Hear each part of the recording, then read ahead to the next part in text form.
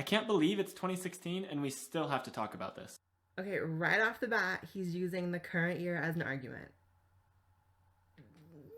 Look, feminism isn't about hating men. It simply isn't. Are you sure? By saying that it is, you're misrepresenting feminism and not allowing for rational discourse to take place. So when feminists come up with the hashtag #KillAllMen, are they misrepresenting feminism? Are they allowing for a rational discourse to take place? You don't hate men. But here's the thing, neither do I, and neither do most feminists. Ah, but you see how I said most? That must be proof that some feminists hate men, right? Well, yeah, sure, probably, somewhere. Somewhere feminists hate men. I don't know where. They must be so rare. Like, you can never find one that actually hates men. So, I mean, yeah, I guess somewhere someone hates men. You see, feminism isn't an organization. We don't have meetings, we don't have leaders, we don't have rules for membership. You guys literally do have meetings. You have slut walks, you have groups on every American campus.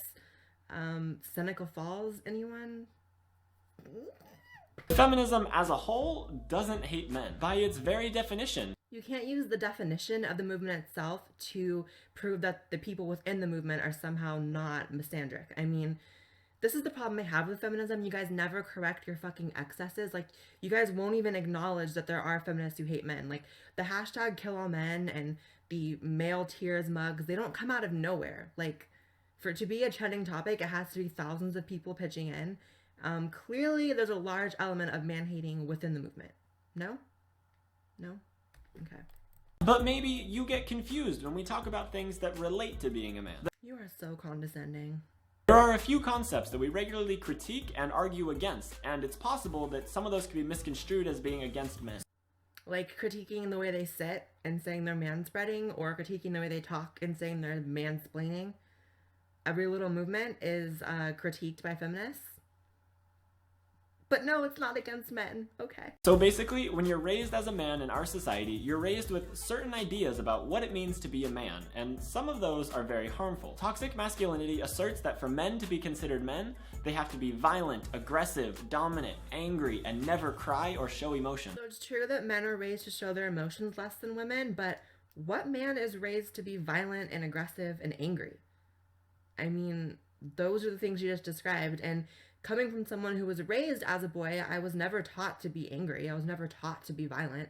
That sounds like child abuse if you're raising your child to be that way. Toxic masculinity assumes all men to be potential rapists. You literally just said that all men are potential rapists under the theory of toxic masculinity and admits that it's a theory that he believes in. Wow. Also assumes all men to be straight. You've probably heard someone say that they became a man after they first had sex with a woman. And not wanting to have sex with women means people will probably say you're not really a man. Just because you're used to people telling you that you're not really a man doesn't mean most men are. This is bad for everyone. It's bad for women and other gender minorities who are often the victims of toxic masculinity-fueled violence. I mean, if you're gonna apply your theory of toxic masculinity, you should probably include that men are actually more likely to be the victim of violence than women.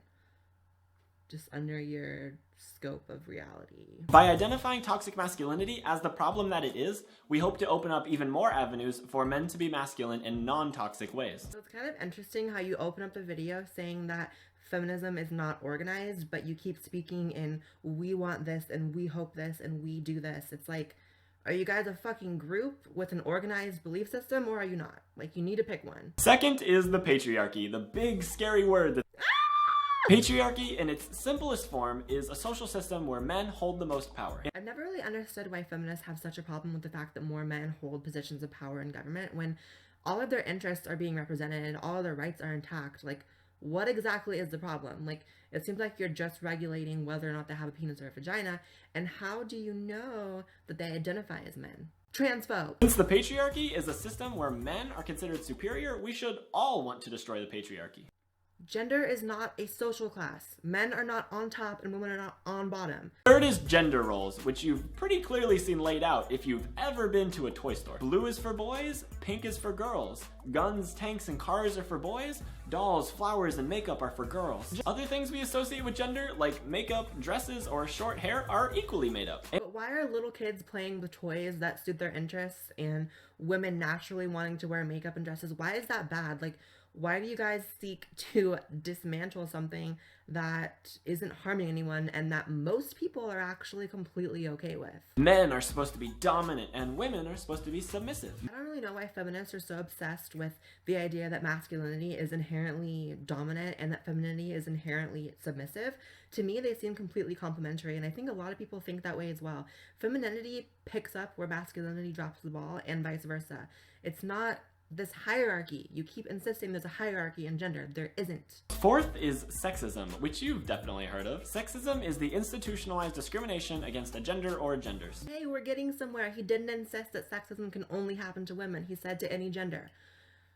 Hopefully it stays that way. Because it has to be institutionalized, that is, built into our societal systems, you can only be sexist against women or other gender minorities.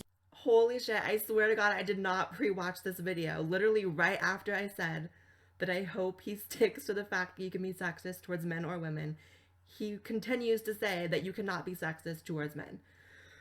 Yeah, there are people who will argue that you can be sexist against men, but that's an unnecessarily defensive argument over semantics. Didn't you just get done saying that the definition of feminism proves that it's not about hating men, but now you're getting all loosey-goosey with the definition of feminism? Can't do that. Don't do that. Only gender minorities, including women, face sexism, while men can still face discrimination.